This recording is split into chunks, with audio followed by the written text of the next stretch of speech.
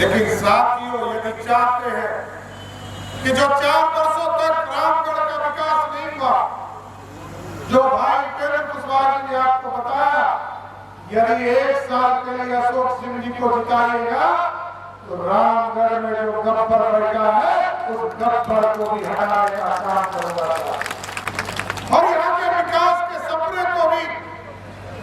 अभी कुछ दिन पहले हमारे माननीय मुख्यमंत्री नीतीश कुमार जी आए और गंगा जल को कैसे रामगढ़ तक पहुंचाने का संकल्प लिया है। उस सपने को भी साकार यदि करना है तो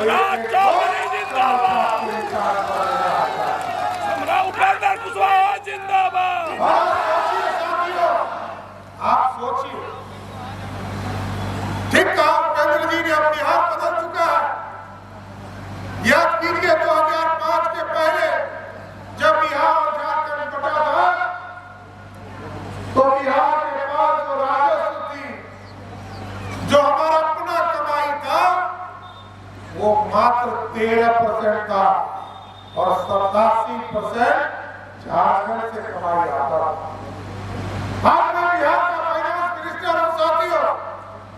2,78,000 करोड़ का बजट मैंने पेश किया और बिहार का अपना मात्र 52,000 करोड़ रुपया है और लगभग 2,26,000 करोड़ रुपया देश के मोदी सरकार देती है, जिससे हम बिहार का विकास करते हैं।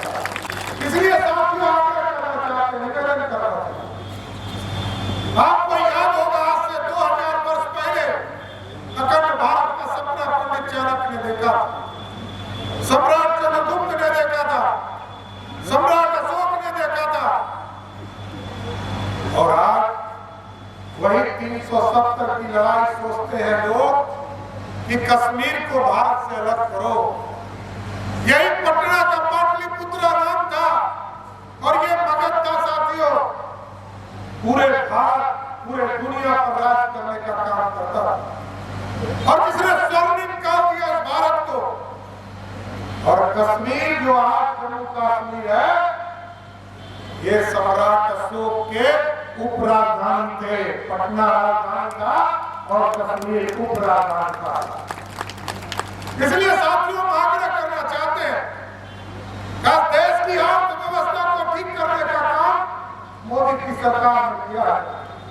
हम कटोरा लेके खड़े रहते थे, अमेरिका आएगा, पैसा देगा, तब भारत को हम चलाएंगे। जिस तरह आजकल कटोरा लेकर पाकिस्तान खड़ा है, हम आज बढ़ चुके हैं। आज दुनिया में हमारी धमक है, दुनिया हमारे तरफ देख रहा है। उसका कारण है कि आपका आशीर्वाद देश के यशस्वी प्रधानमंत्री नरेंद्र मोदी के साथ है। इसलिए साथियों, आग्रह करना चाहता हूं कि 2000 वर्ष पहले इस देश को सम्राट अशोक ने, सम्राट चंद्रगुप्त ने, पंडित चाणक्य के आदर्शों ने सोने की चिड़िया बनाया था। अब इस देश को मेक इन इंडिया के तहत नरेंद्र मोदी के सपने को साकार करना है और सोने का शेर बनाना है तो दुनिया में कहानी करना। और आज हम देख रहे हैं दुनिया में ऐसे ऐसे देश हैं, सुपर पावर कहा जाता था अमेरिका, 250 साल हो चुके हैं साथी। हमारे यहाँ हमारी जो बहनें, हमारी महिला, हमारी माताएं 75 साल के इतिहास में 2 बार राष्ट्रपति बन चुकी, प्रधानमंत्री बन चुकी और इस देश में कई रानी और महारानी, झांसी की रानी हमारी बहनें हैं। लेकिन आज अमेरिका जैसे देश में भी 250 वर्ष होने के बाद भी वहां कोई महिला उस देश का राष्ट्रपति नहीं बन पाई। आप ये सोचिए, मॉडर्न है, लेकिन साथियों हमको आप देखिए, इस देश में देश के प्रधानमंत्री आदरणीय नरेंद्र मोदी जी के नेतृत्व में जब सरकार बनाया आप लोगों ने साथियों, आज देश में महिलाओं के लिए लोकसभा हो, विधानसभा हो, 33% का आरक्षण देने का काम किया। और बिहार में जो आप लोगों ने एनडीए की सरकार बनाई थी नीतीश कुमार के नेतृत्व में उसने महिलाओं को 50% का आरक्षण नीतीश कुमार की एनडीए सरकार दिया। इसलिए साथियों आग्रह करने आया, निवेदन कर ये विकास ये तभी संभव होगा जब अशोक सिंह जी चुनाव, कोई दूसरे के चुनाव जीतने से कोई फर्क ही नहीं पड़ता। आएंगे जाएंगे, इससे ज्यादा कुछ नहीं हो। गलती से आप लोगों ने सांसद बना दिया तो कितना लोगों का हाथ और लाठियां चलाने का काम कर रहा है। एकदम बेफिक्र रहिए, यहाँ पर नीतीश कुमार वाली नेतृत्व वाली सरकार है। यहाँ तो अशोक जी और संतोष सिंह जी है। एकदम बेफिक्र रहिए, भाजपा और एनडीए का एक कार्यकर्ता पूरी तरह आपके लिए सुरक्षा खड़ा है।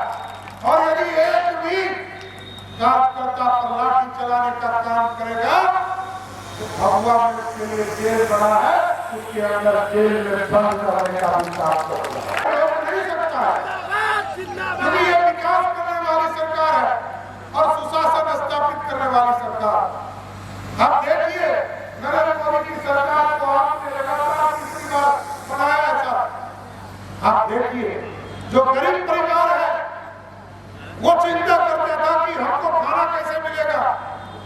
2019 के पहले जब इस देश में भयानक आपके बीच में कोरोना आया, आप देखिए साथियों, कोरोना के साथ लोग गरीब लोग घर लौट कर आए, खाने की चिंता कर रहे थे। मोदी जी ने कहा जब तक इस देश में मोदी प्रधानमंत्री है एक एक गरीब को घर तक अनाज पहुंचाने का काम करूंगा। लेकिन दुर्भाग्य है, रामगढ़ और भभुआ के इलाके में मेरे को जानकारी मिली है कि जो चावल माफिया लोग हैं ना, ये 3 किलो कम अनाज देगा। एकदम याद रखिएगा, आज 11 तारीख है, परसों चुनाव होगा और 23 तारीख को रिजल्ट होगा और 24 तारीख को सारे जगह का जांच कराने का आदेश मैं तुरंत देने वाला हूं। गरीबों को लूटने वाला कोई नहीं बच सकता है। इसलिए साथियों विशेष तौर पर आग्रह करूंगा, डबल इंजन की सरकार है देश में, नरेंद्र मोदी की सरकार और बिहार में नीतीश कुमार की सरकार। आज लगभग 60,000 करोड़ रुपया हमें मिला। हम लगातार विकास के चैनल को खड़ा कर रहे हैं, चाहे वो इरिगेशन का मामला हो। हमने 8 मेडिकल कॉलेज भारत सरकार से लिए, अभी भारत सरकार 8 मेडिकल कॉलेज दे रहा। आगे के दिनों में पूरी व्यवस्था खड़ा करना है और इस बिहार को गौरवशाली विकास को ले जाना। इसलिए साथियों आपको चिंता करना है और लोग आएंगे आपको गलत फहमी फैलाएंगे। लोग कहेंगे कि आरक्षण खत्म करने वाली पार्टी है भाजपा, लेकिन उनसे पूछिएगा जब दौर खत्म हो गया साथियों, आप उस पार्टी के नेता हो जो लालटेन दिन में लालटेन जलाती है और हम उस पार्टी के नेता हैं जो दिन में ग्रिड बनाने का काम भारतीय जनता पार्टी और एनडीए के लोग करते हैं। इसलिए साथियों अब पूरा देश में लोकतंत्र के साथ जनता का विकास करना पड़ेगा। इसलिए साथियों आरक्षण के मुद्दों पर लोगों को गलतफहमी फैलाने का काम करेगा, लेकिन याद कीजिएगा साथियों, लालू प्रसाद जी 15 साल तक बिहार के मुख्यमंत्री रहे, सुपर पावर बनकर रहे, बिहार में कभी आरक्षण लागू नहीं किया। लेकिन जब जब भाजपा सरकार में रही है साथियों, गरीबों को, शोषितों को, पीड़ितों को आरक्षण देने का काम किसी पार्टी ने किया, वो भारतीय जनता पार्टी और एनडीए की सरकार की। इसलिए मैं कहता हूं कि मंडल कमीशन याद कीजिए, इस देश में कांग्रेस पार्टी खिलाफ कर रही थी, लेकिन भारतीय जनता पार्टी सपोर्ट कर रही। कर्पूरी ठाकुर जी, संजय कर्पूरी ठाकुर जी मुख्यमंत्री बने तो पंडित कैलाशपति मिश्र जी समर्थन करे और लंबे समय तक कर्पूरी ठाकुर जी राजनीति किए। किसी ने भारत रत्न नहीं दिया, भारत रत्न यदि किसी ने दिया वो भारतीय जनता पार्टी ने दिया था, वो एनडीए के साथियों। इसलिए साथियों आग्रह करूंगा, निवेदन करूंगा कि आप लोग सभी लोग मिलकर 13 तारीख को जो मतदान हो उसमें एक एक वोट भारतीय जनता पार्टी के उम्मीदवार अशोक सिंह जी को देने का काम तो दीजिएगा ना।